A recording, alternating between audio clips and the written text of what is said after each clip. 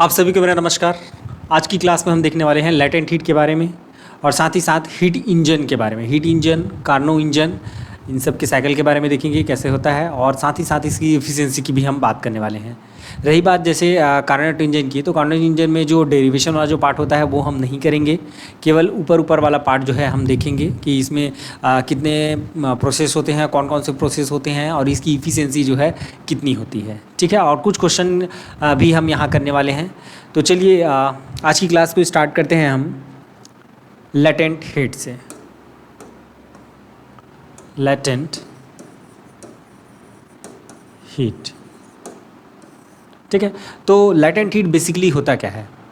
तो latent heat जो होता है, अगर कोई मैटर जो है एक स्टेट से, सपोज अगर कोई सॉलिड स्टेट में है, सॉलिड स्टेट से अगर सेम टेम्परेचर में अगर लिक्विड में अगर चेंज हो रहा है, जैसे सपोज आपके पास आइस है, तो आइस कितने डिग्री में होता है आपका? 0 डिग्री सेल्सियस में होता है। ठीक है, आइस जो है कितने डिग्री सेल्सियस में? सपोज 0 डिग्री सेल्सियस में है।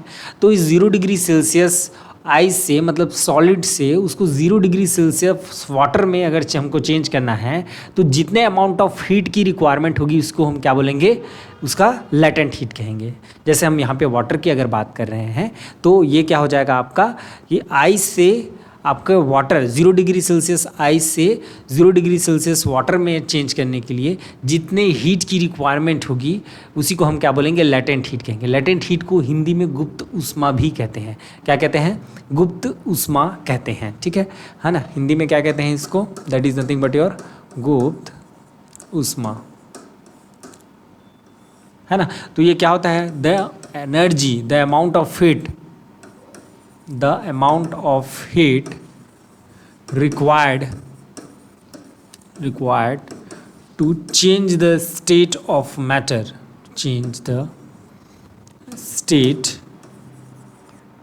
मतलब मैं क्या बोल रहा हूँ यहाँ पे, जैसे आपका सॉलिड है, सॉलिड से क्या हो गया ये, सपोज अगर लिक्विड हो गया, या दूसरा एग्जांपल लिक्विड से क्या हो गया, ये क्या बन गया आपका? That is nothing but your gas बन गया। लिक्विड से क्या बन गया आपका? गैस बन गया। The amount of heat required to change the state of matter is called its latent heat. ठीक है क्या? चलिए अब देखते हैं। तो Q इज इक्वल्स टू, जैसे देखिए हमारे पास अगर m मास का अगर सॉलिड है या आपके पास क्या है? लिक्विड है। ठीक है क्या? हाँ, अब इसको हमको क्या देना है? Q एनर्जी अगर देना है, तो जितना ये मैटर रहेगा उतना ही ज़्यादा हमको एनर्जी की, या बोल सकते हैं हीट की रिक्वायरमेंट होगी उसको चेंज करने के लिए, उसके स्टेट को चेंज करने के लिए। तो heat is directly proportional to क्या रहेगा आपका? m रहेगा। Then that Q is equals to कितना हो जाएगा आपका? m इंटू एल हो जाएगा। Q इज इक्वल्स टू कितना हो जाएगा आपका? m into L. Then this L is nothing but your latent heat. This is nothing but your latent heat. ठीक है क्या? कुछ यहाँ पे वैल्यूज़ आपको याद रखनी होंगी, है ना। यहाँ पे जैसे इसका यूनिट अगर देखना चाहें, है ना, तो यूनिट एल का ये जो यूनिट होगा हमारा, ये क्या हो जाएगा? सपोज़ ये क्यू जो है अगर कैलोरी में है, कैलोरी पर क्या हो जाएगा? ये ग्राम, कैलोरी पर क्या हो जाएगा? ग्राम, या जूल पर किलोग्राम भी ले सकते हैं, या कैलोरी पर किलोग्राम भी ले सकते हैं। आप जैसे लेना चाहें वैसे ले सकते हैं, है ना। तो इन जनरल जो है कैलोरी पर ग्राम मैं यहाँ पे ले रहा हूँ। क्लियर है क्या? चलिए देखते हैं। हाँ, अब ये जो लेटेंट हीट जो है ना, ये जो है इसका कुछ वैल्यूज़ जो है आपको याद रखना रहेगा। तो उस वैल्यू को मैं यहाँ पे लिख दे रहा हूँ। ठीक है, तो suppose that is latent heat of fusion जो होता है, latent heat of fusion that is equals to, ये कितना होता है आपका? that is 80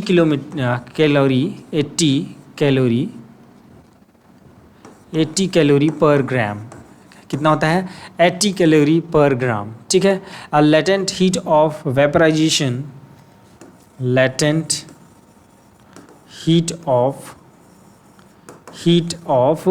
vaporization vaporisation.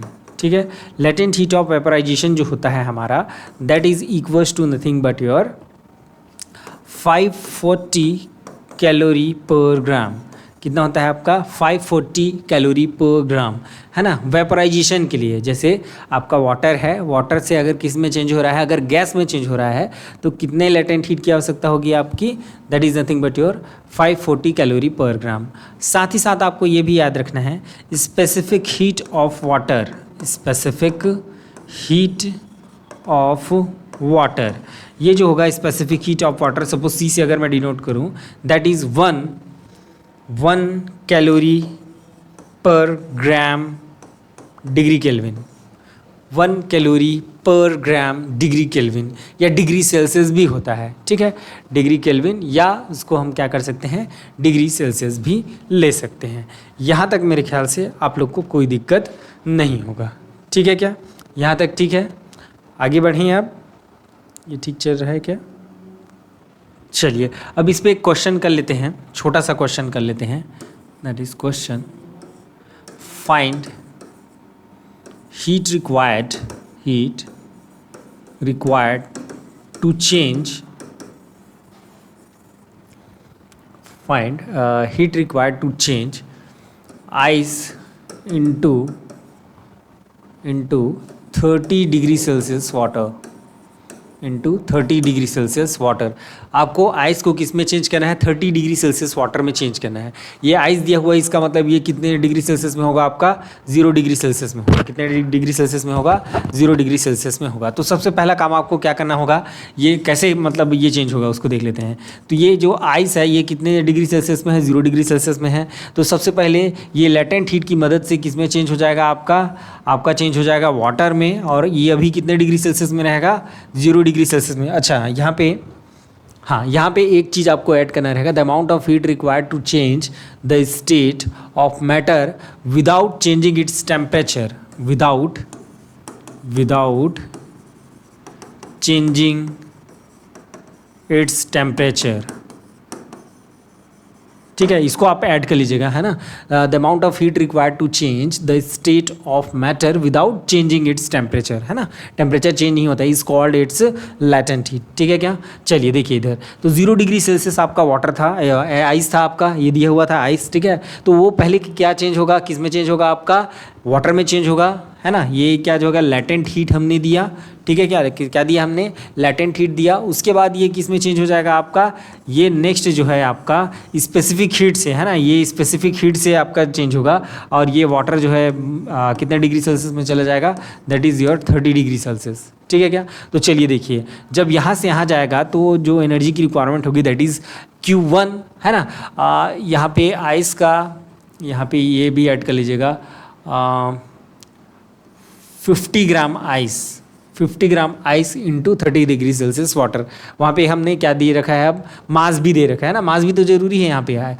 Q equal to हम क्या लिखते हैं, Q1 इक्वल टू कितना हो जाएगा आपका, M इंटू एल हो जाएगा, M इंटू एल होगा, तो M तो यहाँ पे आ रहा है, ठीक है। तो ये कितना हो जाएगा आपका, that is nothing but your, ये कितना हो जाएगा आपका, दैट इज़ 50 ग्राम, और L का वैल्यू हमको यहाँ से पता रहेगा, है ना। L का वैल्यू कितना है आपका, देखिए latent heat of fusion, latent heat of fusion वहाँ पे यूज़ होगा, है ना, फ्यूज़ होगा, क्योंकि आइस फ्यूज़ होकर किस में चेंज होगा, वाटर में चेंज होगा, that is 80।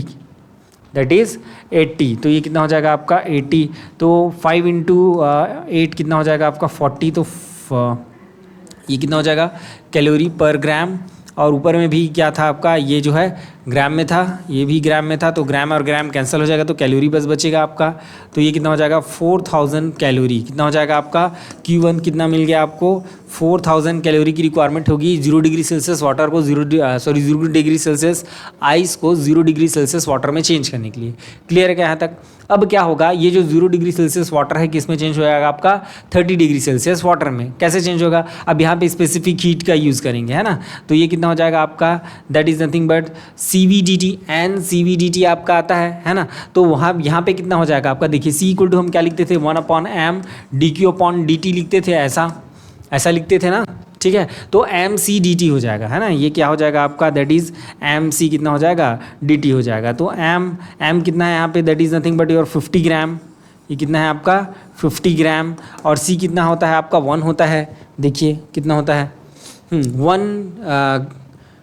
1 calorie per gram kelvin, है ना, 1 कैलोरी पर ग्राम केल्विन।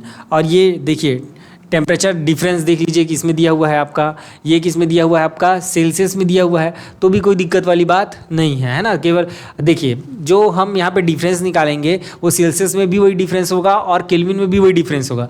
दोनों में क्या रिलेशन होता है, जैसे आपको के में अगर निकालना है ना सी को, तो कितना होता है सी प्लस कितना होता है आपका 273 होता है। ये कुछ इस प्रकार से है ना, केल्विन इक्वल टू केल्विन में अगर जैसे आपको चाहिए तो सी प्लस कितना हो जाता है आपका 273 हो जाता है। लेकिन इसको भी 273 में चेंज करेंगे, इसको भी के में चेंज करेंगे, इसको भी केल्विन में चेंज करेंगे, उसके बाद दोनों का माइनस करेंगे तो भी तो उतना ही आएगा, क्योंकि 273 इसमें भी जोड़ रहे हो और इसमें भी जोड़ रहे हो। समझ में आई बात? मतलब इन दोनों का जब डिफरेंस लोगे तो चाहे आप केल्विन में लो चाहे आप सेल्सियस में लो, दोनों में एक ही आएगा। ठीक है क्या?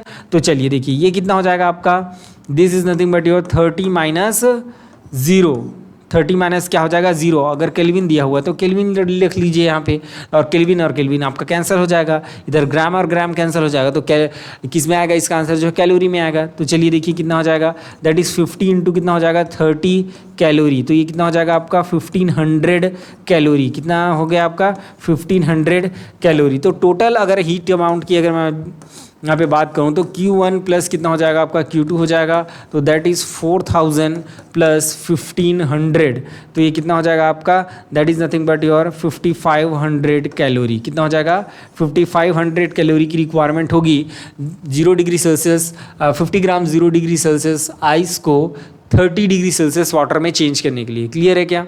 एकदम क्रिस्टल क्लियर है। ठीक है हाँ, तो चलिए मैं एक और क्वेश्चन दे देता हूँ आप लोग के लिए। ठीक है, एक और क्वेश्चन दे देते हैं चलिए, दैट इज क्वेश्चन है हमारा 100 gram ice is converted into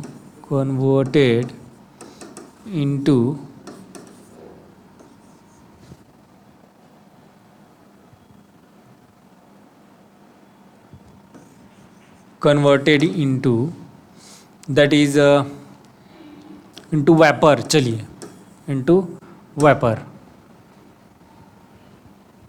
find amount of heat. ठीक है क्या? चलिए अब इसको देखते हैं ये कैसे बनेगा। ठीक है, बहुत इंपॉर्टेंट है, कैसे बनेगा देखते हैं।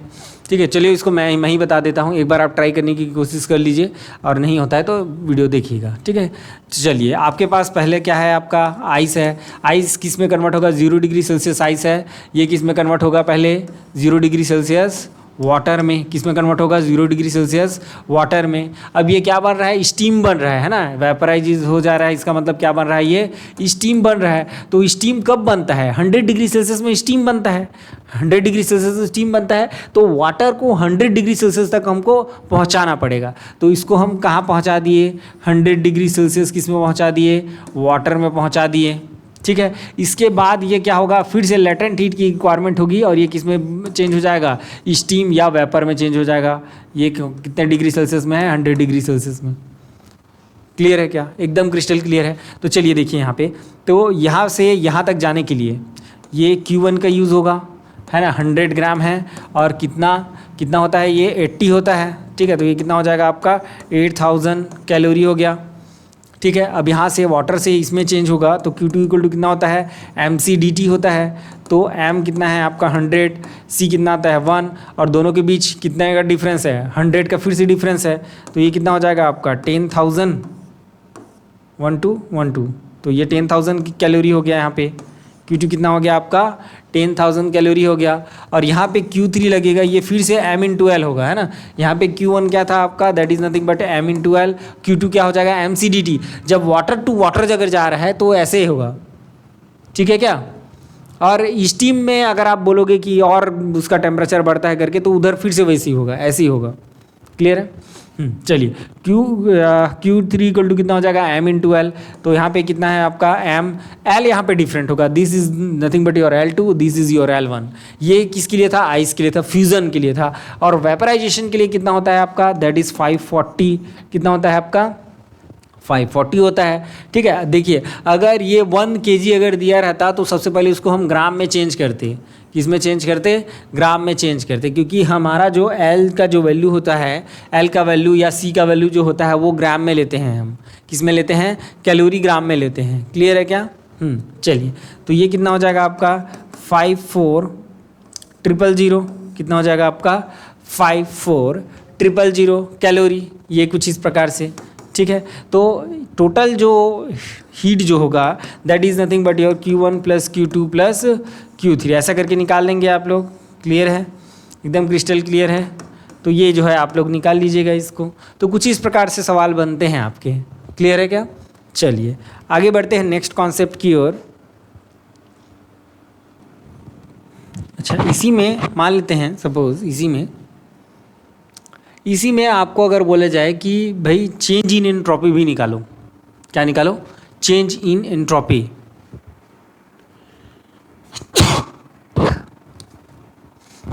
चेंज इन एंट्रोपी अगर आपको निकालना है तो क्या कैसे चेंज होगा? देखिए इधर मैं इसी क्वेश्चन को लेके बनाने वाला हूँ, है ना। तो ये क्या था आपका? आइस था। ठीक है, उसी में मैं चेंज इन एंट्रोपी निकाल रहा हूँ। तो ये आपका आइस था, किस में था? आपका 0 डिग्री सेल्सियस में था। ठीक है, इससे पहले वाला क्वेश्चन में निकाल रहा हूँ, राइट, इससे पहले वाले क्वेश्चन में, है ना। हाँ, ये कितना हो जाएगा फिर? ये 0 डिग्री सेल्सियस वाटर में चेंज हो गया, और ये किस में चेंज हो गया आपका? ये 30 डिग्री सेल्सियस था कि 40 डिग्री था? शायद 30 था, 30 डिग्री सेल्सियस वाटर में। तो यहाँ पे हमको डेल्टा S1 मिलेगा। क्या मिलेगा? डेल्टा S1 मिलेगा जब यहाँ से यहाँ चेंज होगा तो। और यहाँ पे जो dQ/T1 जो होगा वो क्या होगा? देखिए dQ1 जो है वो कितना है आपका? m/L1 है अपॉन T1। तो m/L कितना आया था? देखिए this is m/L is 4000 calorie. कितना था आपका? 4000 कैलोरी। और नीचे क्या हो जाएगा आपका? इसका 0 डिग्री सेल्सियस आपका वाटर जो है किस में चेंज हो रहा है आपका? 0 डिग्री सेल्सियस, हाँ, किस में चेंज हो रहा है? वाटर में चेंज हो रहा है। यहाँ पे जो टी भाई साहब जो हैं ये आपका केल्विन में है ना। टी भाई साहब किस में है? केल्विन में है। तो ये आपका 0 डिग्री सेल्सियस है, सेल्सियस को केल्विन में चेंज कर दीजिए, कितना हो जाएगा? 273 हो जाएगा। कितना हो जाएगा? 0 + 273। तो ये भी जो भी आएगा वो क्या मिल गया आपको? डेल्टा S1 मिल गया। ठीक वैसे ही आपको यहाँ पर क्या निकालना रहेगा? डेल्टा S2 निकालना रहेगा। क्या निकालना रहेगा? डेल्टा S2 निकालना रहेगा। अब ये कैसे चेंज होगा? ये तो ऐसे आएगा नहीं। तो ये कितना हो जाएगा? dQ2 अपॉन कितना हो जाएगा? T2 हो जाएगा। और इसका क्या हो जाएगा आपका? इंटीग्रेशन हो जाएगा। क्या हो जाएगा? इंटीग्रेशन हो जाएगा। और ये कहाँ से कहाँ तक जाएगा आपका? That is 0 degree Celsius to कहाँ तक? 30 डिग्री सेल्सियस। क्लियर है क्या? हाँ, अब 0 degree Celsius to 30 degree Celsius. हाँ, अब ये T2 जो है, चलिए इसका वैल्यू रख देते हैं। T2 को हम T2 ना लेके यहाँ पे केवल T बस लेते हैं। अभी कंसीडर करते हैं क्या? केवल T बस कंसीडर करते हैं। तो ये कितना होता है आपका? MC dt होता है अपॉन कितना हो गया? T हो गया। MC को बाहर निकाल दो और ये कितना हो जाता है आपका? इंटीग्रेशन dt अपॉन कितना हो जाएगा? T, that is 0 degree Celsius, और ये कितना हो जाएगा? 30 डिग्री सेल्सियस। तो फाइनली MC, और ये क्या हो जाएगा? LN कितना डिग्री? 30 डिग्री अपॉन, हाँ, ये जो है ये आपको किस में रखना पड़ेगा? आपको केल्विन में रखना पड़ेगा, है ना। तो इसको एक बार और लिख लेते हैं। चलिए केल्विन में चेंज कर लेते हैं। दैट इज़ MC LN, इसको दोनों को केल्विन में चेंज कर दीजिए। तो ये कितना हो जाएगा? 273, और ये कितना हो जाएगा आपका? 303। तो ये कितना हो जाएगा आपका? M का वैल्यू कितना था वहाँ पे? M का वैल्यू कितना? M/C कितना आया था? देख लीजिए। M/C जो है दैट इज़ 50, है ना। M/C मैं यहीं से ले रहा हूँ, दैट इज़ 50। तो ये कितना हो जाएगा आपका? 50 × 1, और ये कितना हो जाएगा आपका? ln of 303 upon 273। तो कुछ इस प्रकार से आप क्या निकाल सकते हो? S2 निकाल सकते हो, जो भी आएगा उसका वैल्यू। ठीक है क्या? और ये आपका क्या आ गया है? आपका S आ गया है। This is nothing but your S आ गया है यहाँ पे। ठीक है, सपोज इसका वैल्यू A हो गया और इसका वैल्यू B आ गया। तो टोटल जो चेंज इन एंट्रोपी जो होगा वो क्या हो जाएगा आपका? दैट इज़ S1 प्लस कितना हो जाएगा? S2 हो जाएगा। तो ये A प्लस कितना हो जाएगा आपका? B हो जाएगा। क्लियर है क्या? तो ये कुछ इस प्रकार से आप निकाल सकते हो। क्लियर है क्या? चलिए अब आगे बढ़ते हैं नेक्स्ट कॉन्सेप्ट की ओर। हीट इंजन हम देखने वाले हैं अगला। हीट इंजन के बारे में, ठीक है क्या? चलिए हीट इंजन हम देखने वाले हैं। तो बेसिकली हीट इंजन करता क्या है हमारा, है ना। हीट इंजन जो है हीट को किस में, हीट एनर्जी को किस में कन्वर्ट करता है? मैकेनिकल वर्क में कन्वर्ट करता है। किस में कन्वर्ट करता है? मैकेनिकल वर्क में कन्वर्ट करता है। ठीक है क्या? हीट इंजन जो है क्या करता है, हीट एनर्जी को मैकेनिकल वर्क में कन्वर्ट करता है। तो बेसिकली होता क्या है, हीट इंजन करता क्या है ना। तो ये हमारा सोर्स हो गया, ठीक है। कुछ इस प्रकार से आप लोगों ने पढ़ा होगा। सोर्स का टेम्परेचर इतना ज़्यादा रहता है कि उसको कितना भी और टेम्परेचर दे दो वो उतना ही मेंटेन रखता है, ठीक है। और साथ ही साथ जो हमारा सिंक भाई साहब है, इसका भी टेम्परेचर जो रहता है वो उतना ही बना रहता है, दैट इज़ T2। क्लियर है क्या?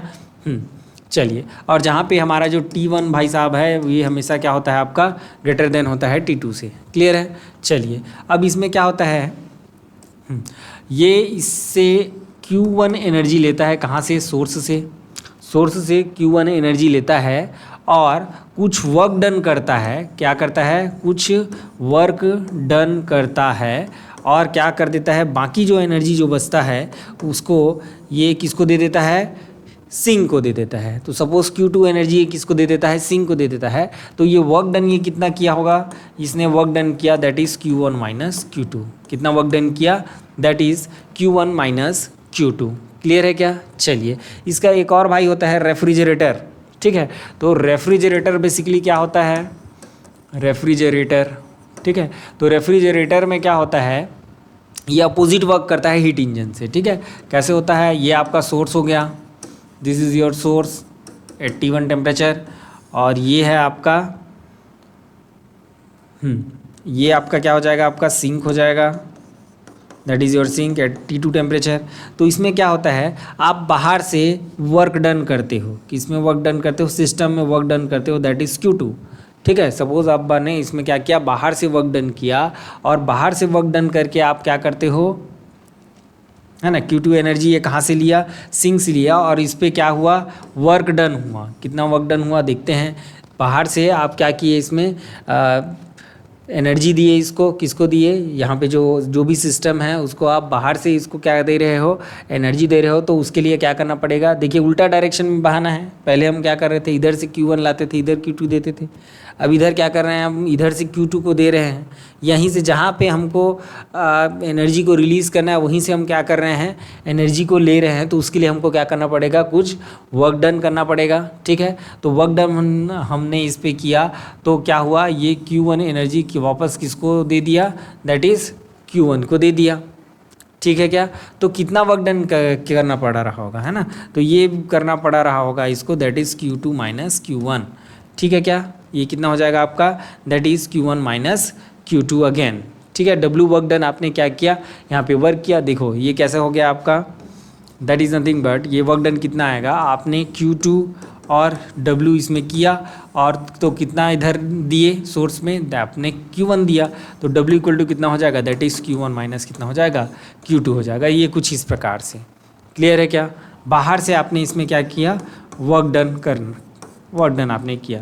जैसे रेफ्रिजरेटर, घर में रेफ्रिजरेटर तो होगा ही आप लोग के यहाँ, तो बाहर से आप उसमें क्या देते हो, एनर्जी देते हो। तो कहाँ से देते हो, इलेक्ट्रिकल एनर्जी देते हो, तो ठीक है। तो इलेक्ट्रिकल एनर्जी जब देते हो तो वो अंदर जो है हमारा जो फ्रीजर वाला पार्ट जो होता है, जिसमें हम विभिन्न प्रकार की मटेरियल्स रखते हैं, ठीक है। तो उसको क्या करता है, वहाँ वो ठंडा करता है, और जो हीट जो होता है उसको क्या करता है, बाहर रिलीज़ करता है, सराउंडिंग में क्या करता है, रिलीज़ करता है। तो ठीक वही आपका यहाँ पे हो रहा है। तो चलिए देखते हैं नेक्स्ट जो है, तो इसी पे बेस्ड है हमारा एक कार्नो इंजन, ठीक है। कार्नो भाई साहब जो थे, सादी कार्नो, उन्होंने क्या किया, इफ़िशियंसी निकालने के लिए एक आइडियल इंजन का, या ही बोल सकते हैं हीट इंजन का इफ़िशियंसी निकालने के लिए एक फार्मूला उन्होंने दिया। हम यहाँ पे केवल फार्मूला का ही बात करने वाले हैं, हम उसमें डेरिवेशन में हम बिल्कुल नहीं जाएंगे, केवल जो साइक्लिक प्रोसेस जो इसमें होता है केवल उसकी हम बात करेंगे, ठीक है क्या। कार्नो इंजन, ठीक है। बहुत ही शॉर्टकट तरीके से देख रहे हैं, ज़्यादा इसमें हम विचार नहीं करेंगे, ठीक है क्या। चलिए, तो कार्नो इंजन के बारे में जो मेन पॉइंट है उसको मैं यहाँ पे लिख देना चाहता हूँ। तो उसको मैं लिख रहा हूँ। देखिए, पहला पॉइंट हमारा ये है कि सबसे पहले सादी कार्नो ने भैया बताया कि ये जो कार्नो इंजन है ना, ये इसमें ये साइक्लिक प्रोसेस है, ठीक है क्या। साइक्लिक प्रोसेस इसमें होता है, और इसमें 4 प्रोसेस होते हैं, जिसमें से 2 जो है वो आइसोथर्मल होता है, और 2 जो है क्या होता है आपका, एडियाबैटिक प्रोसेस होता है, ठीक है क्या। ठीक, तो Carnot engine consist, Carnot engine is a cyclic process which consists two isothermal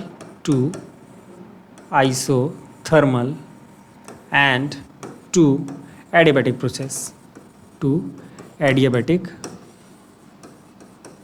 process। ठीक है क्या, दो आइसोथर्मल होता है और दो क्या होता है आपका एडियाबेटिक प्रोसेस होता है। सेकेंड पॉइंट इसमें ये है कि इफिशियंसी जो होता है, efficiency of engine does not depend on working substance,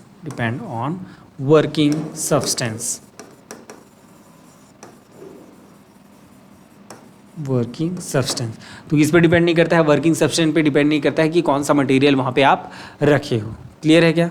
चलिए, तो ये जो चार जो हैं प्रोसेस जो है वो कुछ इस प्रकार से आपका बनता है। ये आपका पीवी डायग्राम हो गया। अच्छा, पीवी डायग्राम से याद आया कि उस दिन मैं पीवी डायग्राम, वीटी डायग्राम और पीटी डायग्राम बनाने का प्रोसेस कराया था आप लोगों को कि कैसे उसको किया जाता है। ठीक है, तो मेरे ख्याल से वो एक्सरसाइज आप लोगों ने कर लिए होंगे। ठीक है, तो यहाँ पे देखिए क्या होता है आपका, ये कुछ इस प्रकार से इसका ग्राफ बनता है। ठीक है, सीजी सेट 2018 में केवल इसी को पूछा हुआ है कि इसमें जो है कितने आइसोथर्मल प्रोसेस और कितने जो है एडियाबेटिक प्रोसेस होते हैं। ठीक है क्या? हाँ, तो यहाँ पे देखिए ये आपका P1 V1, ये आपका क्या हो जाएगा P2 V2, this is your P3 V3 और ये क्या हो जाता है आपका P4 V4। ठीक है क्या? यहाँ पे सपोज टेम्परेचर आपका कितना है T1 है और यहाँ पे भी T1 रहेगा आपका। यहाँ पे कितना हो जाएगा, ये T2 हो जाएगा और यहाँ पे कितना हो जाएगा, ये एडियाबेटिक है तो एडियाबेटिक में चेंज हो जाएगा और ये एडियाबेटिक है तो फिर से कितना हो जाएगा, वो T1 हो जाएगा। ये कुछ इस प्रकार से ये आपका क्या है। हाँ, अब इसमें देखिए इसमें कौन सा आपका आइसोथर्मल है। अब कौन सा इसमें आइसोथर्मल होगा बताइए, किसका स्लोप ज़्यादा है? इसका स्लोप ज़्यादा है तो ज़्यादा स्लोप वाला क्या होता है, एडियाबेटिक होता है। तो ये क्या हो जाएगा आपका आइसोथर्मल हो जाएगा, आइसोथर्मल। ठीक है क्या? आइसोथर्मल एक्सपांसन बोलते हैं इसको, आइसोथर्मल एक्सपांसन। और ये adiabatic expansion, adiabatic expansion, right. और यहाँ पे होता है आइसोथर्मल कंप्रेशन। देखिए कंप्रेस हो रहा है, आइसोथर्मल कंप्रेशन। और यहाँ पे क्या हो जाता है आपका, दैट इज एडियाबेटिक कंप्रेशन। ठीक है क्या? कुछ इस प्रकार से आपका क्या बनता है, ये जो है आपका साइक्लिक प्रोसेस होता है किसमें, कार्नो इंजन में। ठीक है क्या? चलिए अब इसमें आगे बढ़ते हैं।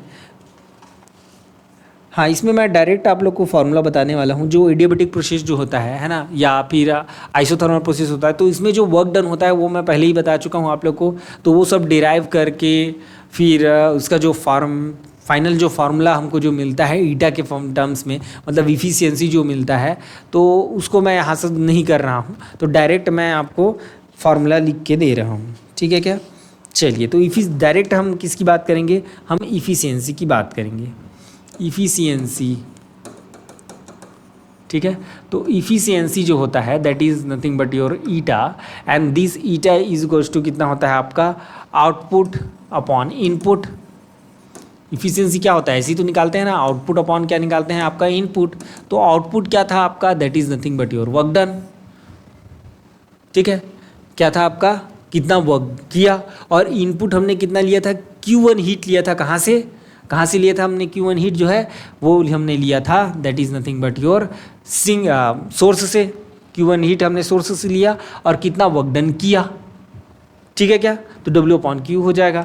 और ये W आया था हमारा, that is Q1 minus Q2 upon कितना हो जाएगा, Q1, and that is equals to 1 minus कितना हो जाएगा, Q2 upon Q1, that is nothing but your eta. तो ये क्या हो जाएगा आपका, ईटा हो जाएगा कुछ इस प्रकार से। तो कुछ इस प्रकार से हम क्या निकाल सकते हैं, ईटा निकाल सकते हैं।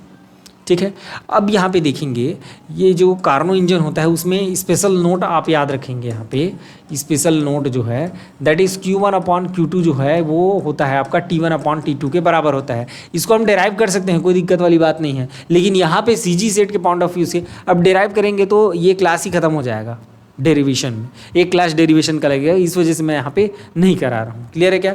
तो ये आप याद रखेंगे, that is Q1/Q2 is nothing but your T1/T2। तो यहाँ से जैसे मैं इफिशियंसी को अगर लिखूँ तो ये कितना हो जाएगा आपका, दैट इज़ 1 - T2 अपॉन कितना हो जाएगा, T1 हो जाएगा। 1 - T2 अपॉन कितना हो जाएगा, T1 हो जाएगा। ठीक है क्या? अब अगर इफ़ सिंक का टेम्परेचर ऑफ सिंक है ना, टेम्परेचर ऑफ सिंक T2 = 0 कर दो।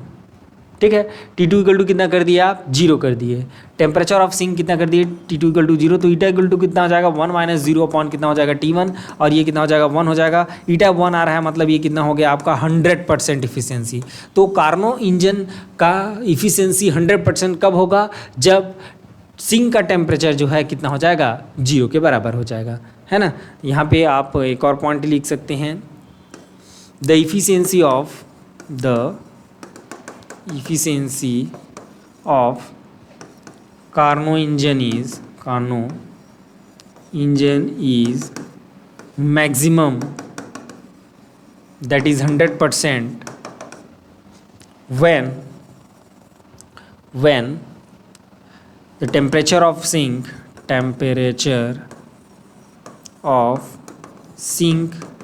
is 0।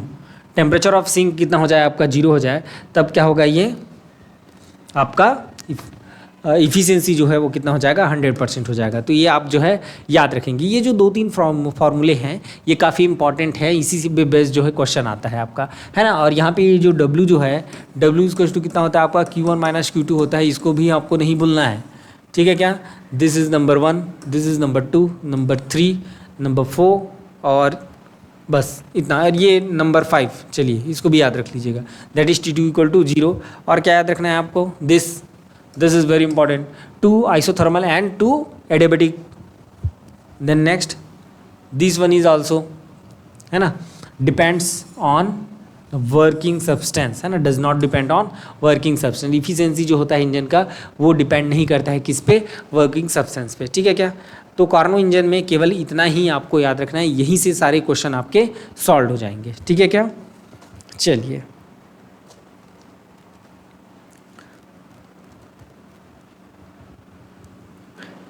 नेक्स्ट हम बात करेंगे रेफ्रिजरेटर की।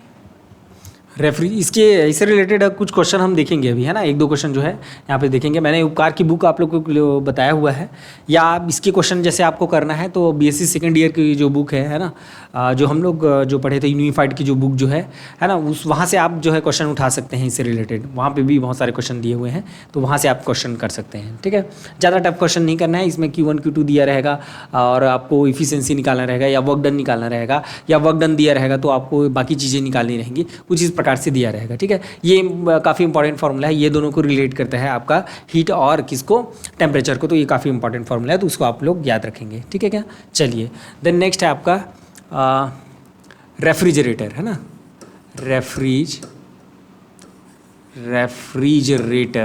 ठीक है क्या, रेफ्रिजरेटर की अगर हम बात करें तो रेफ्रिजरेटर में जो इफिशियंसी होता है उसको हम परफॉर्मेंस फैक्टर बोलते हैं। क्या बोलते हैं, परफॉर्मेंस फैक्टर।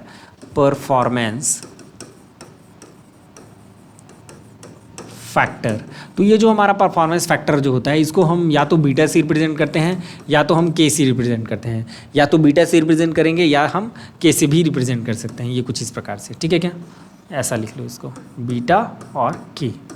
ठीक है क्या, दैट इज गोज टू, देखिए इसमें क्या हो रहा था, आपका जो इफिशियंसी हम जब निकाले थे तो उसका फॉर्मूला क्या होता था, आउटपुट अपॉन इनपुट होता था। आउटपुट अपॉन क्या होता था, इनपुट होता था। तो इसमें क्या हो रहा है आपका, आप इनपुट क्या दे रहे हो। ठीक है, तो इनपुट में आप क्या कर रहे हो, यहाँ पे वर्क डन कर रहे हो। ये इनपुट में क्या कर रहे हो, आप वर्क डन कर रहे हो। ठीक है, किस पे, सिंक पे वर्क डन किए तो क्या दिया वो, और इनपुट आउटपुट आपको क्या मिला, दैट इज़ Q1 मिला। ठीक है, क्या मिलेगा आपको, that is nothing but your Q2 मिला। ठीक है, तो यहाँ पे देखिए ये कितना हो जाएगा आपका, तो ये क्या हो जाएगा आपका, दैट इज़ W आपने वर्क डन किया, तो Q2 हीट आपने क्या किया, वहाँ से लिया। ठीक है क्या, तो चलिए देखते हैं इधर आगे क्या हो जाएगा आपका, दैट इज़ Q2 अपॉन कितना हो जाएगा, दैट इज़ Q1 - Q2 हो गया। और ये क्या हो जाएगा आपका, इसको और कैसे किया जा सकता है, इस Q2 को आप या तो नीचे ले लीजिए, या आप कैसे कर सकते हो इसको, देखिए यहाँ से Q1 Q2 से यहाँ से भी कर सकते हैं। चलिए इसको डायरेक्ट ही कर लेते हैं। तो ये कितना हो जाएगा आपका 1 दैट इज़ Q1/Q2 -1, और ये कितना हो जाएगा, ये भी एक फॉर्मूला है ना, that is beta is equal to कितना हो जाएगा आपका इतना। और यहाँ पर से अगर टेम्परेचर के फॉर्म में लिखूँ तो Q1/Q2 जो है, Q1/Q2 जो है ये क्या होता है आपका T1 कितना होता है T2 होता है। तो ये कितना हो जाएगा आपका, that is nothing but T1/T2। तो ये कितना हो जाएगा आपका 1/T1/T2 दैट इज़ -1। तो ये कितना हो जाएगा आपका, दैट इज़ T2 ऊपर चला जाएगा, और ये कितना हो जाएगा T1 माइनस कितना हो जाएगा T2 हो जाएगा। तो ये क्या मिल गया आपको, बीटा मिल गया। कितना मिल गया, बीटा मिल गया। ये कुछ इस प्रकार से, ठीक है। और अदर फॉर्म जो है, अदर फॉर्म देखिए यहाँ पे यहीं पर से, that is beta, that is beta is equals to Q2 कितना है Q1 - Q2 है। तो ये देखिए आप कैसे कर सकते हो, आप ऊपर में Q1 का क्या कर दिए, डिवीज़न कर दिए, नीचे में भी Q1 का डिवीज़न कर दीजिए, Q2 कितना हो जाएगा आपका Q1। तो ये फाइनली कितना हो जाएगा आपका, देखिए तो ये हो जाएगा आपका यहाँ पे एक बार मैं +1 लिख रहा हूँ और एक बार -1 लिख रहा हूँ, प्लस Q2/Q1, ठीक है। इसको अदर फॉर्म में चेंज करने के लिए मैं ऐसा कर रहा हूँ, एक बार +1 किया एक बार -1 किया। अब यहाँ पे देखिए क्या हो जाएगा, that is nothing but your 1 - Q2 कितना हो जाएगा Q1 हो जाएगा। ये कुछ इस प्रकार से। अब यहाँ पे देखेंगे आप तो 1 माइनस, मैंने माइनस को कॉमन कर दिया तो अंदर क्या बचा, 1 माइनस कितना बचा Q2/Q1 बचा। ये कुछ इस प्रकार से, ये ऐसा, यस ऐसा बच गया। और ये क्या है आपका बीटा है। तो यहाँ पे 1 - Q2/Q1 है, ये क्या होता है आपका, दैट इज़ नथिंग बट ईटा। ये आपका क्या है, ईटा है, ठीक है। तो आप क्या कर सकते हैं यहाँ पर से, that is beta is equals to कितना हो जाएगा आपका 1 - ईटा/ईटा। तो इसको भी आपको याद रखना है, 1 - ईटा/ईटा होता है। बीटा और ईटा में रिलेशन पूछा जा सकता है, दैट इज़ 1 - ईटा/ईटा होगा, 1 - ईटा/ईटा होगा। यहाँ तक क्लियर है, ठीक है। चलिए नेक्स्ट देखते हैं TS डायग्राम, TS डायग्राम, ठीक है। जैसे अपने को पता है, जैसे PV डायग्राम जो होता था, PV डायग्राम जैसे करते थे हम, है ना। तो PV डायग्राम में, PV diagram area under the curve क्या देता था, जैसे मैं PdV लिखूँ, है ना, PdV लिखूँगा तो ये क्या देता है आपका, वर्क डन देता है ना। तो area under the curve PV diagram, है ना, area under the PV diagram, area under the PV diagram curve, PV diagram curve represents work done को रिप्रेजेंट करता था। देखिए ऐसा मल्टीप्लिकेशन, अगर कोई भी फिजिकल क्वांटिटी है उसको ऐसा मल्टीप्लिकेशन के अगर टर्म में आप लिख रहे हो, है ना, ऐसा मल्टीप्लिकेशन के टर्म में लिख रहे हो और इन दोनों के बीच अगर ग्राफ खींच रहे हो, है ना, मतलब P और V के बीच अगर मैं ग्राफ खींचूंगा तो एरिया अंडर द कर्व हमेशा क्या देगा, ये वर्क डन देगा। जैसे एग्जांपल के तौर पे जैसे मैं लिखूँ A इक्वल टू कितना होता है आपका V - U/T होता है, ये होता है आपका।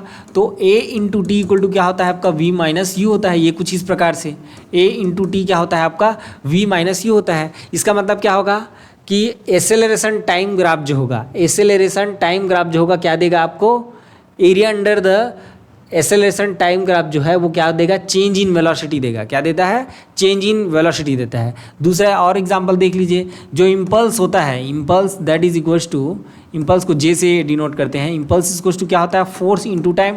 वेरी शॉर्ट टाइम के लिए क्या लगाते हैं हम, फोर्स लगाते हैं, वेरी शॉर्ट टाइम के लिए फोर्स लगाते हैं। जैसे बैट और बल्ले का जैसे आपका शॉट पड़ता है तो क्या होता है, बहुत ही कम टाइम के लिए बहुत ज़ोरदार फोर्स लगता है, तो उसको हम क्या बोलते हैं, इम्पल्स बोलते हैं। अब FT ग्राफ जो होगा, देखिए यहाँ पे जो FT ग्राफ होता है वो क्या देता है आपका, इम्पल्स देता है। और भी बहुत सारे ऐसे एग्जाम्पल हैं, जैसे आपका वर्क डन का हो गया, वर्क डन इक्वल टू कितना होता है आपका F into displacement, force into क्या होता है आपका डिस्प्लेसमेंट। तो फोर्स वर्सेस आपका डिस्प्लेसमेंट ग्राफ जो होगा उसका एरिया अंडर द कर्व क्या देगा आपका, वर्क डन देता है।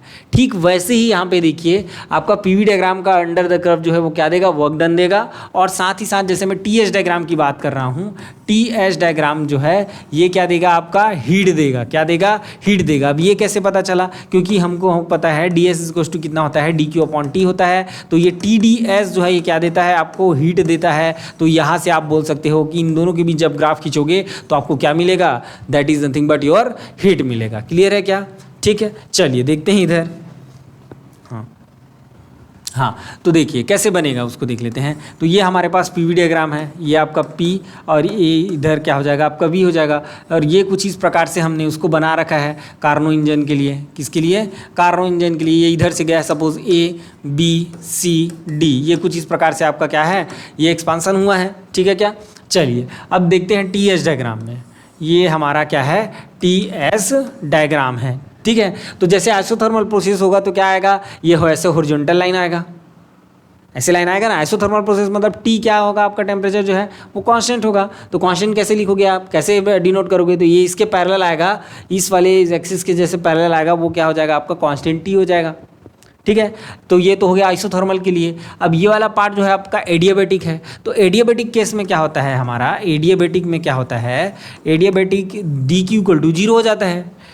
D Q equal to zero हो गया तो हमारा डी एस भी जीरो हो जाता है, क्योंकि क्या होता है आपका, देखिए यहाँ पर से D S is to D Q upon T, तो ये डी क्यू कितना हो जाएगा आपका, जीरो हो जाएगा। तो डी एस इज टू कितना हो जाएगा आपका, जीरो हो जाएगा। और अगर ऐसा है तो एस क्या हो जाएगा आपका, कांस्टेंट हो जाएगा। इंटीग्रेशन करोगे तो क्या हो जाएगा आपका, कांस्टेंट हो जाएगा। एस क्या हो जाएगा आपका, कांस्टेंट हो जाएगा। इसका मतलब जब एडियाबेटिक का हम यहाँ पे ग्राफ में लिखेंगे, ग्राफ में जैसे ड्रॉ करेंगे टी एस डायग्राम में, तो फिर से ये क्या हो जाएगा, एक ऐसे वर्टिकल लाइन आएगा। एस के लिए क्या आएगा आपका, वर्टिकल लाइन आएगा। क्यों ऐसा हो रहा है, क्योंकि एस आपका कांस्टेंट होगा एडियाबेटिक में। तो चलिए ड्रॉ करते हैं। तो ये क्या हो गया आपका, this is your isothermal A to B, ठीक है। और बी टू सी क्या है, एडियाबेटिक है, तो उसमें एस कांस्टेंट, तो ऐसा सीधा लाइन हो गया एस कांस्टेंट, ठीक है। क्या ये क्या हो जाएगा आपका एडियाबेटिक, ये क्या हो जाएगा आपका isothermal, this one is your isothermal, this one is your adiabatic, ठीक है क्या। और ये फिर से क्या हो जाएगा आपका आइसोथर्मल, और ये फिर से क्या हो जाएगा आपका एडियाबेटिक हो जाएगा। तो कुछ इस प्रकार से, दैट इज सी डी। ये आया हुआ क्वेश्चन है ना, कोई भी एग्जाम में ये पूछा हुआ है, मुझे एग्जैक्टली याद नहीं आ रहा है। तो ये पी वी डायग्राम किस में चेंज हो गया आपका, टी एस डायग्राम में चेंज हो गया। अब इसमें क्या होता है कि इसके डायरेक्शन को उलट देता है, डायरेक्शन को अपोजिट करके, ये ऐसे दिया हुआ है, ये क्या है क्लॉकवाइज है, उसको एंटी क्लॉकवाइज भी दे देगा, एक ऑप्शन एंटी क्लॉकवाइज में रख देगा, या इसी को ऐसे दे देगा, ये नन ऑफ दिस चौथा ऑप्शन दे देगा। तो इसमें जो है कुछ इस प्रकार से आपको करने होंगे। ये क्लियर है क्या, मेरे ख्याल से क्लियर है, कोई दिक्कत वाली बात नहीं है। चलिए इस पे बेस्ड कुछ क्वेश्चन कर लेते हैं। चलिए पहला क्वेश्चन है जो कि बहुत ही ईजी है, इसको आप लोग को ही करने हैं, ठीक है क्या। If a turbine is working between two temperature, दो टेम्परेचर के बीच वर्क कर रहा है टर्बाइन जो है, that is 500 degree Celsius and 300 degree Celsius, then find its efficiency. तो ये तो डायरेक्ट बनेगा, ठीक है क्या। That is eta is equals to 1 minus T2 upon कितना हो जाएगा आपका T1 हो जाएगा, यहीं से ही बन जाएगा। लेकिन हाँ यहाँ पे आपको ध्यान रखना होगा, क्या ध्यान रखना है, बहुत ही ज़्यादा इंपॉर्टेंट है। ये देखिए ये T2 और T1 जो है कैपिटल लिखा हुआ, ठीक है, कैपिटल लिखा हूँ। इसका मतलब क्या है कि ये जो लेना है आपको किस में लेना है, केल्विन में लेना है। टी को हमेशा किस में लेना है, आपको केल्विन में लेना होगा। तो T1 और T2 को आपको चेंज करना रहेगा। और साथ ही साथ जैसे T1 और T2 ये बताएगा नहीं है ना, क्वेश्चन में बिल्कुल भी ये मेंशन नहीं रहेगा कि कौन सा जो टेम्परेचर जो है वो सोर्स का है और कौन सा टेम्परेचर जो है आपका सिंक का है। आपको देख के यहाँ पे लेना रहेगा, है ना। तो T1 जो है हमेशा बड़ा वाला रहेगा, T1 जो है या सोर्स का टेम्परेचर जो है हमेशा बड़ा वाला रहेगा, और छोटा वाला क्या रहेगा आपका सिंक का रहेगा, ठीक है क्या। तो यहाँ पे T1 इक्वल टू कितना हो जाएगा आपका 500 प्लस 273, और T2 कितना हो जाएगा आपका 300 प्लस 273। तो कुछ इस प्रकार से आप यहाँ पर निकाल लीजिएगा, that is nothing but your 773, और ये कितना हो जाएगा आपका, दैट इज 573। ये कुछ इस प्रकार से अब इन दोनों को रख के आप क्या कर सकते हो, आंसर निकाल सकते हो, ठीक है क्या। आप लोग निकालेंगे इंटू 100 कर दीजिएगा, फिर परसेंटेज में आ जाएगा। नेक्स्ट देखिए, a steam turbine is operate with source temperature 500 degree Celsius and sink to 120 degree Celsius. The maximum amount of work that the turbine can be do for input heat Q. देखिए input heat Q दिया गया है, तो उसके लिए आपको क्या निकालना है, वर्क डन निकालना है। और साथ ही साथ आपको दो टेम्परेचर दिए हुए हैं, इन दोनों टेम्परेचर भाई साहब लोग को हम क्या कर देते हैं, पहले हम चेंज कर देते हैं। तो ये कितना हो जाएगा आपका 500 और प्लस कितना हो जाएगा 273 हो जाएगा। तो ये कितना हो जाएगा हमारा, दैट इज 773 केल्विन, है ना। ये डिग्री सेल्सियस में था, ठीक है। अब ये किस में चेंज हो गया आपका, केल्विन में चेंज हो गया। दैट इज 120 प्लस 273, ये कितना हो जाएगा आपका, that is nothing but your 393 kelvin हो जाएगा। ये कुछ इस प्रकार से T1 और T2 आपको समझ में आ गए, ठीक है क्या। अब चलिए इफिशियंसी की हम बात करते हैं, that is efficiency equal to कितना होता है आपका, that is 1 minus T2 upon T1 होता है। ये तो क्लियर है, इसमें कोई शक की बात ही नहीं है।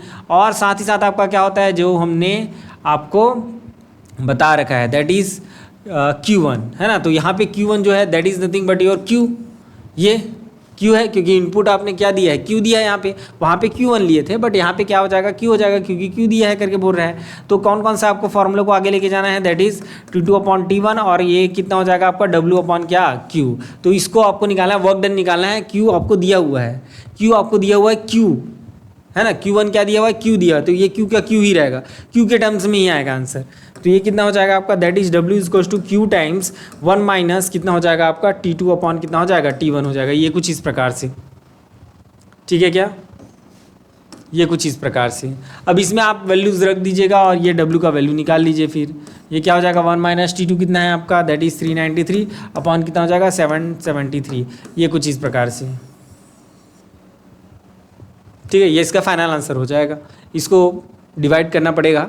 हो सकता है कि सेट के एग्जाम में आपको थोड़े इजी नंबर दे दें, 27 डिग्री सेल्सियस हो गया है ना, 27 डिग्री सेल्सियस होता है, फिर ये 300 हो जाता है, ठीक है। तो उस टाइप के आपके जो है नंबर दे सकते हैं जिससे जो इजी जो है वो आपका कैलकुलेशन हो जाए, ठीक है क्या। चलिए, तो ये कुछ इस प्रकार से आपका बनेगा। नेक्स्ट क्वेश्चन देखते हैं। हाँ, क्या है क्वेश्चन जो है, a Carnot engine is operated between T1 and T2 है ना, टेम्परेचर T1 और T2 के बीच क्या है, कार्नोट इंजन जो है यहाँ पे वर्क कर रहा है, ऑपरेट किया जा रहा है। A second Carnot engine was uses all the heat rejected by first engine. एक और इंजन आ गया बीच में है ना, एक और इंजन आ गया हमारा सेकंड इंजन जो है, और ये क्या करता है, जो सेकंड के द्वारा जो हीट रिजेक्ट किया जाता है उसको ये यूज़ करता है ना, rejected by first engine as input and operate between temperature T2 and T3। और टेम्परेचर किसके बीच ऑपरेट करता है, T2 और T3 के बीच ऑपरेट करता है। The efficiency of coupled system, efficiency मतलब ईटा की वैल्यू निकालना है इसमें, ठीक है क्या। चलिए, कैसे निकलेगा। हाँ, तो देखिए ये आपका क्या है, आपका that is nothing but your sink source, ठीक है क्या। ये सोर्स है, ये T1 टेम्परेचर पे है, ठीक है क्या। ये कितने पे है, कितने पे है आपका T1 टेम्परेचर पे है। हाँ, अब ये देखिए इसमें आपने क्या लिया, दैट इज़ Q1 लिया, तो यहाँ पे सपोज आपने W1 वर्क किया है ना, ये इंजन 1 हो गया आपका। उसके बाद ये जितना भी आपका जाता है इधर, इसको ये क्या कर लेता है, ये फिर से कुछ वर्क डन करेगा, ठीक है। और ये किसको दे देता है, फाइनली ये सिंक को दे देता है। सिंक का टेम्परेचर कितना है यहाँ पे T3 है, लास्ट वाला कितना टेम्परेचर है आपका T3 है, कितना है आपका T3 है। तो जैसे मैं इफ़िशियंसी के में अगर मैं बात करूँगा तो इफ़िशियंसी में क्या आएगा आपका, सपोज़ यहाँ पे ये इसने Q1 दिया, ठीक है, इससे Q1 दिया और ये Q2 यहाँ पे गया, तो ये किधर कितना हो जाएगा, Q1 माइनस Q2 हो जाएगा। और यहाँ पे ये अगर कितना दिया, दैट इज़ Q3 दिया, तो ये W2 कितना हो जाएगा आपका, ये हो जाएगा आपका Q2 माइनस कितना हो जाएगा, Q3 हो जाएगा।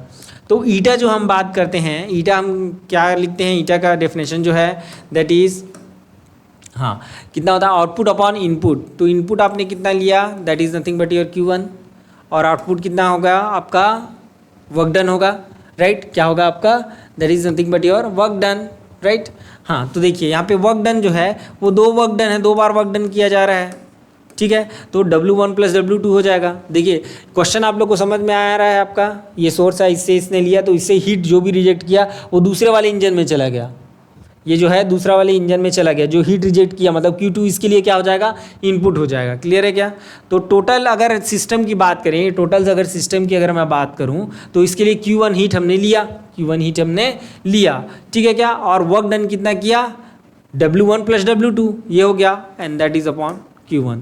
तो चलिए देखिए ये कितना हो जाएगा आपका W1 W2 that is Q1 minus Q2, और ये कितना हो जाएगा आपका, that is Q2 minus Q3। तो और नीचे कितना हो जाएगा Q1, ये Q2 और Q2 क्या हो जाएगा आपका, कैंसिल हो जाएगा। देन फाइनली क्या बचेगा, that is Q1 minus Q3 upon कितना हो जाएगा, Q1 हो जाएगा, ठीक है क्या।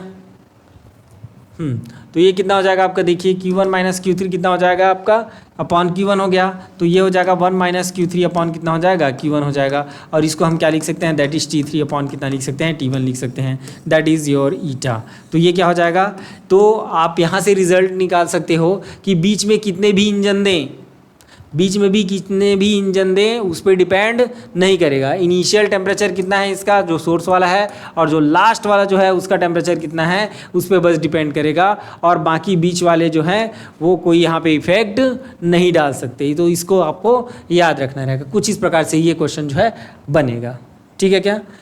चलिए कुछ और क्वेश्चन देखते हैं एडियाबैटिक प्रोसेस से। चलिए एक क्वेश्चन और देखते हैं एडियाबैटिक प्रोसेस से। तो एडियाबैटिक प्रोसेस का जो क्वेश्चन रहेगा कुछ इस प्रकार से आपको पूछा जाएगा। अब मोनोटॉमिक गैस, ये डायटोमिक और ट्राइटोमिक भी हो सकता है ना। तो इसका यूज़ कहाँ पे होगा उसको हमको देखना रहेगा, मैं बताऊंगा अभी। Monatomic gas at 17 degree Celsius temperature compressed adiabatically to 1/8 of its volume, then final temperature is. ठीक है, तो देखिए सबसे पहली बात यहाँ पे ये क्या बोल रहा है आपका, एडियाबेटिकली, है ना। देखिए ये एडियाबैटिक प्रोसेस की बात कर रहा है। किसकी बात कर रहा है? एडियाबैटिक प्रोसेस की बात कर रहा है। और साथ ही साथ ये मोनोटॉमिक गैस बोल रहा है। क्या बोल रहा है? मोनोटॉमिक गैस बोल रहा है। तो हमने मोनोटॉमिक गैस के लिए गामा की वैल्यू हमने देख रखा है ना। तो एडियाबैटिक प्रोसेस बोल रहा है, वहाँ से आप क्या निष्कर्ष निकाल सकते हो कि PV⁴ gamma is to constant वाला पार्ट हमारा आएगा, ये ऐसा पार्ट आएगा। लेकिन इसमें क्या दिया हुआ है, देखिए इसमें एक तो ये टेम्परेचर दिया हुआ है। क्या दिया हुआ है? टेम्परेचर दिया हुआ है। और क्या दिया हुआ है? वॉल्यूम दिया हुआ है। मतलब T और V के टर्म में है। किस में है? T और V के टर्म में है। लेकिन यहाँ पे देखने से ये लग रहा है कि ये तो PV के टर्म में है। ठीक है, बट उस टर्म में हम क्या कर सकते हैं, उसको कन्वर्ट कर सकते हैं। ये हमने देख रखा है पहले ही। तो क्या हो जाएगा आपका, that is PV is to क्या होता है आपका, RT होता है। देन यहाँ पर से P को हटाना है तो क्या हो जाएगा आपका, P इज टू T/V हो जाएगा। तो इसको इसमें पुट कर देते हैं, है ना। हमने पहले और कर रखा है इसको, है ना, तो ज़्यादा डिटेल में मैं नहीं कर रहा हूँ। T/V और V⁴ गामा इज टू क्या हो जाएगा आपका, कॉन्स्टेंट हो जाएगा। देन फाइनली कितना हो जाएगा, T V⁴ gamma -1 is to constant. ये कुछ इस प्रकार से आपका हो जाएगा। ठीक है क्या। अब चलिए देखिए टेम्परेचर जो है कितना दिया हुआ है, सपोज T1 दिया हुआ है, तो ये कितना दिया हुआ है, 70 डिग्री सेल्सियस। इसको आप जब चेंज करोगे तो कितना हो जाएगा, ये 290 डिग्री केल्विन। तो ये के जो है T कैपिटल है, यहाँ पे हम किस में ले रहे हैं, इस टेम्परेचर को केल्विन में ले रहे हैं। तो इसको हमको किस में चेंज करना पड़ेगा, केल्विन में चेंज करना पड़ेगा। फाइनल टेम्परेचर जो T2 है इसको हमको निकालना है। फाइनल टेम्परेचर को हमको क्या निकालना है, निकालना है। तो यहाँ पे और क्या दिया हुआ है, compressed adiabatically to 1/8 of its volume. 1/8 of इस वॉल्यूम, इसका मतलब क्या है, V1 जो है अगर V है तो V2 जो है कितना हो जाएगा, V/8 हो जाएगा। 1/8 हो जाता है बोल रहा है। ठीक है, तो वॉल्यूम जो है क्या हो जाता है आपका, V/8 हो जाएगा। ये पहले अगर मैं V1 अगर ले लूँ V1 को, तो V2 कितना हो जाता है, V/8 हो जाता है। ठीक है क्या, यहाँ तक तो ठीक है। अब ये गामा के वैल्यू हम कितना लेंगे, तो गामा के वैल्यू के लिए हमको क्या दिया हुआ है, ये मोनोटॉमिक गैस दिया हुआ है। तो मोनोटॉमिक गैस के लिए आपको पता होना चाहिए। मोनोटॉमिक गैस के लिए आपका क्या होता है, आपका that is nothing but your 1.63। और ये कैसे आता है आपका, दैट इज़ 5/3 से।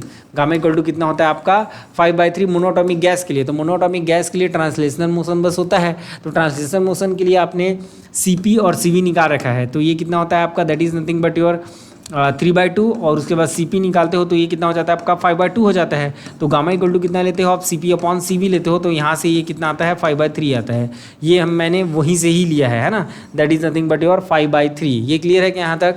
चलिए अब आगे बढ़ते हैं इसमें। अभी इस क्वेश्चन को हम सॉल्व करेंगे। ठीक है, कैसे सॉल्व करेंगे देखिएगा। हाँ, तो ये कितना हो जाएगा, देखिए हाँ, ये कितना हो जाएगा आपका, that is T1 V1⁴ gamma -1 equal to कितना हो जाएगा, T2 V2⁴ गामा -1। क्योंकि ये सभी जो है क्या हो जाएंगे, कांस्टेंट के बराबर हो जाएंगे, है ना। ये भी और ये भी दोनों क्या हो जाएगा, बराबर हो जाएगा। ठीक है, तो ये कितना हो जाएगा आपका, ये हो जाएगा आपका, इसको ऐसा कर लीजिए, T1/T2 इक्वल टू कितना हो जाएगा आपका, V2 कितना हो जाएगा, V1। और इन सब का पावर कितना हो जाएगा, गामा -1 हो जाएगा। ठीक है क्या, मैंने कुछ नहीं किया है, केवल इसको पक्षांतर बस किया हुआ है ना। हाँ देखिए T1/T2 कितना हो जाएगा आपका, देखिए T2 तो आपको निकालना है, T2 तो आपको निकालना है। तो कितना हो जाएगा ये, दैट इज़ 290 अपॉन कितना हो जाएगा, T2 हो जाएगा। और V2 का वैल्यू कितना होता है, कितना है यहाँ पे, V/8 है। और इसका वैल्यू कितना है, V1 का V है। और ये कितना है आपका, 5/3 - 1 है। तो V और V कैंसिल हो गया। और ये कितना हो जाएगा, 1/8। और इसका पावर कितना हो जाएगा, that is nothing but your 2/3 हो जाएगा। कितना हो जाएगा, 2/3 हो जाएगा। अब देखिए आगे, देखिए इसको यहीं पे ही सॉल्व करेंगे। तो ये कितना हो जाएगा आपका, 290/T2 that is equals to कितना हो जाएगा, दैट इज 2⁵ और ये 2/3 पूरा पावर कितना है, 2/3। तो 3 गेट कैंसल और ये इसका पावर 2 हो जाएगा, तो 1/4 हो जाएगा। तो 290 अपॉन कितना हो जाएगा, T2। Then T2 equal to कितना हो जाएगा आपका, 4 × 290। तो इन दोनों का मल्टीप्लिकेशन करोगे तो ये आएगा आपका 1180 केल्विन। तो तो ये कुछ इस प्रकार से आपको ऐसा सॉल्व करना रहता है। कैसे सॉल्व करना रहता है? कुछ इस प्रकार से। मिनट दिख रहा है ना? ओके, चलिए, तो ये कितना हो गया आपका, इसका आंसर निकल गया। ठीक वैसे ही आपका डिफरेंट फॉर्म में जो और हमने पढ़ रखा है उस फॉर्म में पूछा जा सकता है, तो उसके लिए आप लोग जो हैं प्रिपेयर रहेंगे। ठीक है, तो ये इसको चेंज करके दे सकता है, इसको डायटोमिक भी बोल सकता है और ट्रायटोमिक भी बोल सकता है। ठीक है क्या? तो उसके लिए ट्रायटोमिक डायटोमिक अगर दिया हुआ है, या जैसे CO2 दिया हुआ है, तो यहाँ से पता चल रहा है कि ये क्या है आपका ट्रायटोमिक है। या Cu मॉलिक्यूल अगर दे दिया तो इसके लिए क्या है, ये डायटोमिक हो गया। ठीक है क्या? तो कुछ इस प्रकार से अगर दिया रहे तो वहाँ से आपको पता चल जाएगा कि गामा की वैल्यू आपको क्या लेनी है, गामा की वैल्यू आपको क्या लेनी है। ठीक है क्या? और साथ ही साथ आपको ये जो कन्वर्जन है वो आपको पता होना चाहिए, ये यहाँ से यहाँ कैसे कन्वर्ट हुआ। और साथ ही साथ P और T के फॉर्म में भी हम लिखते हैं, तो P और T के फॉर्म वाला भी आपको पता होना चाहिए कैसे कन्वर्ट किया जाता है। क्लियर है क्या? तो कुछ इस प्रकार से इसको सॉल्व करना रहेगा। क्लियर है? तो आज की क्लास को यहीं तक ख़त्म करते हैं, मिलते हैं अगले वीडियो में। थर्मोडायनामिक वेरिएबल को हम स्टार्ट करेंगे।